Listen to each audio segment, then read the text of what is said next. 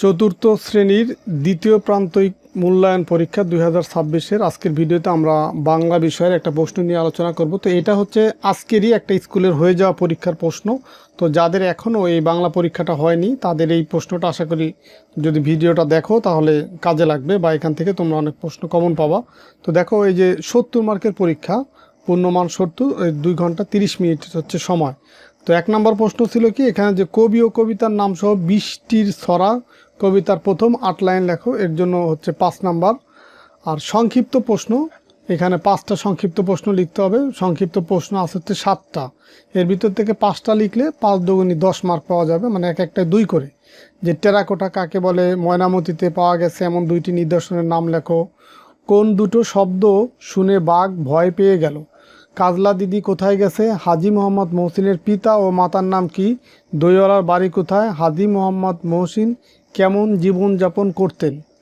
3 নম্বর প্রশ্ন দেখো, রচনামূলক প্রশ্নের উত্তর দাও 3টা হচ্ছে এই 3 পাঁচা 15, মানে এক একটা হচ্ছে 5 করে। আমিও নাই দিদিও নাই কেমন মজা হবে একথা দিয়ে কি বোঝানো হয়েছে? খ নম্বর হচ্ছে হাজী মোহাম্মদ মহসিনকে কেন দানবীর বলা হয়? গ নম্বর বৃষ্টির সময় তোমার কি কি করতে ভালো লাগে? ঘ নম্বর হচ্ছে অমলের সাথে কথা বলে দইওয়ালা কিভাবে দই বেচার সুখ খুঁজে পেল? তো 4 নম্বর প্রশ্ন, এখানে শব্দার্থ লিখতে হবে 5টি, 5 মার্ক। আধার, ভিক্ষু, ঢের, রোশো, শোলক, খেয়া, উদাস। এখান থেকে এই 7টার ভিতর থেকে 5টা লিখতে হবে, 5 মার্ক।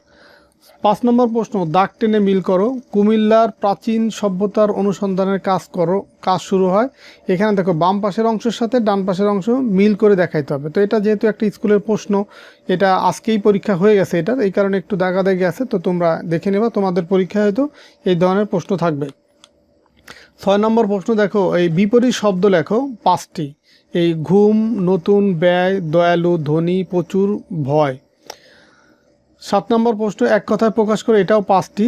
এখানে আছে কয়টা? 7টা আছে, 7টা থেকে 5টি লিখতে হবে। যে উচ্চতর শিক্ষা প্রতিষ্ঠান, প্রাচীনকালের নিদর্শন, এগুলো হচ্ছে এক কথায় প্রকাশ করতে হবে। নাম বা অন্য কোনো নমুনার ছাপ, বৌদ্ধদের শিক্ষা ও ধর্মচর্চার কেন্দ্র, পা দিয়ে পিষে দেওয়া, উপকারীর উপকার স্বীকার করে যে, গাছগাছালি দিয়ে চিকিৎসা করেন যিনি।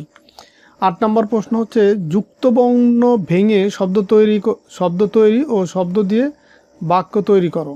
এখানে দেখো এই 7টা যুক্তবর্ণ আছে, তো এগুলাকে ভেঙে শব্দ তৈরি করতে হবে এবং শব্দ দিয়ে বাক্য রচনা করতে হবে। 9 নম্বর প্রশ্ন, কাজলা দিদি কবিতার মূল ভাব লেখো, 5 মার্ক। 10 নম্বর হচ্ছে রচনা লেখো। রচনা হচ্ছে একটা লিখতে হবে, 10 নম্বর। এখানে আছে 3টা, যেমন নিজ বিদ্যালয় সম্পর্কে লিখতে পারো, বর্ষাকাল সম্পর্কে লিখতে পারো, দানবীর মহসিন সম্পর্কে লিখতে পারো। তো এখানে 3টা থেকে যে কোনো একটা তোমাকে লিখতে হবে। তো দেখো, এটা কিন্তু আজকে এই পরীক্ষাটা হয়ে গেছে, তো এই প্রশ্নটা তাদের জন্যই কাজে দিবে যাদের এখনও এই পরীক্ষাটা হয়নি। এই যে বাংলা বিষয়ের এই পরীক্ষাটা যাদের এখনও হয়নি, 4র্থ শ্রেণীর, তাদের কিন্তু এই প্রশ্নটা খুবই কাজে দেবে। তো আশা করি তোমরা যারা ভিডিওটা শুরু থেকে শেষ পর্যন্ত দেখলা তাদের অনেক কাজে দেবে। তো ঠিক আছে, সবাই ভালো থাকো, সুস্থ থাকো, আল্লাহ হাফেজ।